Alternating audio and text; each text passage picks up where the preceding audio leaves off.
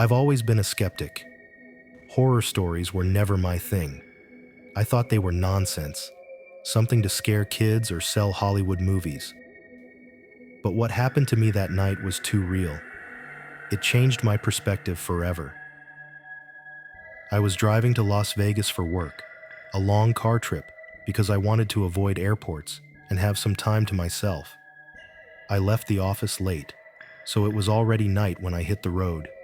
The first few miles were peaceful.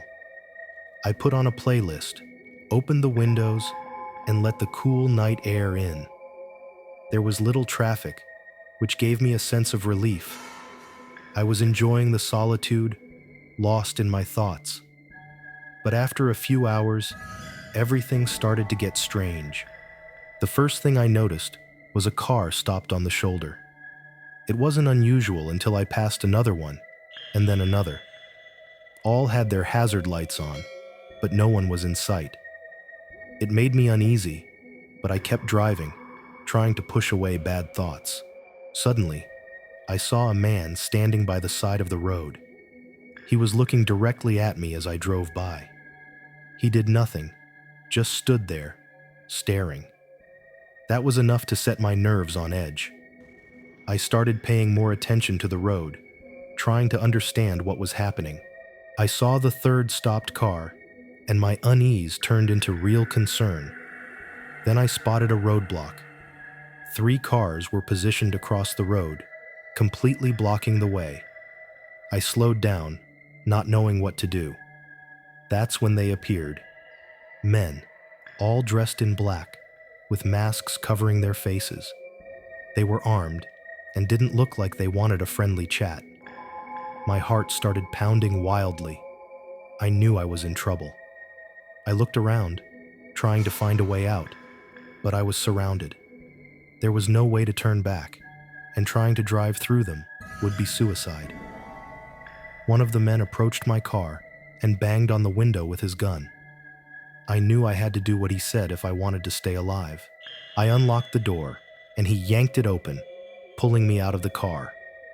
They threw me to the ground, kicked me several times, and then tied me up. They took my phone, my wallet, everything. I was thrown into the trunk of one of the cars, and they started driving. I don't know how long we were on the road, but it felt like an eternity.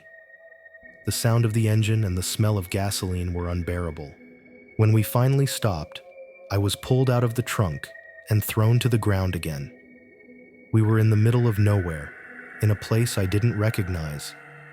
They lifted me and dragged me into an old, abandoned warehouse. The first thing I noticed when I was thrown onto the warehouse floor was the smell of rust and decay. The air was heavy, hard to breathe. My eyes took a while to adjust to the darkness, but when they did, the horror set in. The place was full of people, all tied up with vacant stares, as if they had given up hope. The masked men spoke among themselves in a language I couldn't identify. There was a woman tied up a few meters away from me. She was visibly injured, with cuts and bruises all over her body. When our eyes met, she tried to say something, but her voice was too weak to be heard. The men seemed to be deciding what to do with us. They had guns and knives, and their eyes gleamed with a cruelty I had never seen before. One of them, who seemed to be the leader, approached me. He was holding a knife and began to toy with it, running the blade along my face. "Where's the money?" he asked, his voice cold and calculating.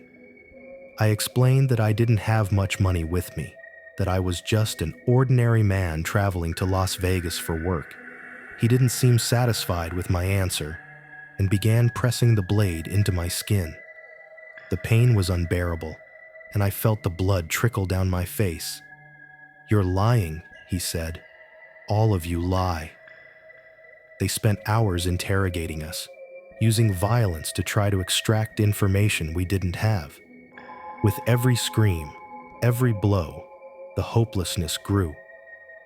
I tried to focus on something, anything to distract myself from the pain. I thought of my family, the happy moments I had with them.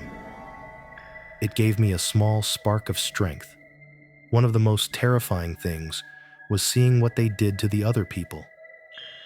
There was a man next to me who was almost unconscious, his face swollen and bleeding.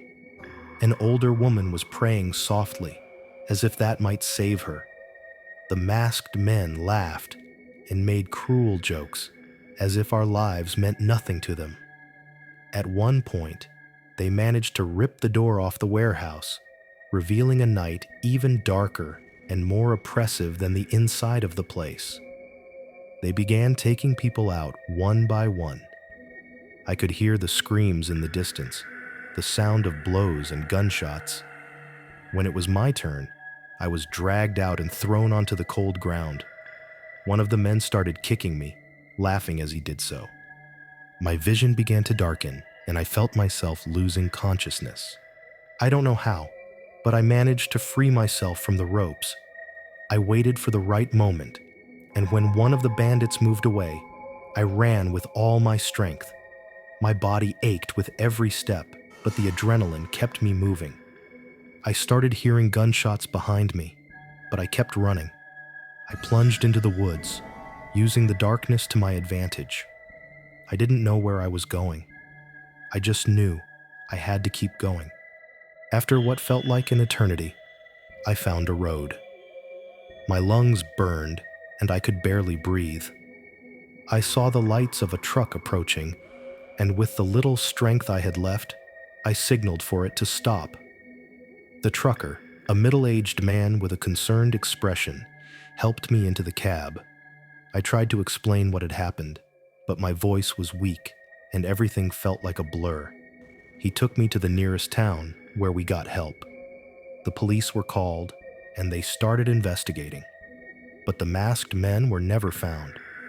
The officers said I was lucky to be alive, but it didn't feel like luck. The physical scars healed with time, but the mental ones remained. Every time I close my eyes, I see those men, hear the screams, feel the pain. Returning to my normal life was difficult. I withdrew from everything and everyone. My family tried to help me, but I was broken. The nights were the worst. I couldn't sleep. Every noise made me jump in fear. I had constant nightmares, reliving that night over and over again. I tried therapy, but it was hard to talk about what happened. It felt like words weren't enough to describe the horror. Slowly, I found ways to cope, but I never really got over it. Traveling at night became impossible for me. Just the thought of hitting the road again made my heart race. If you liked the story, please don't forget to subscribe to the channel and leave your like. Take care, and see you in the next story.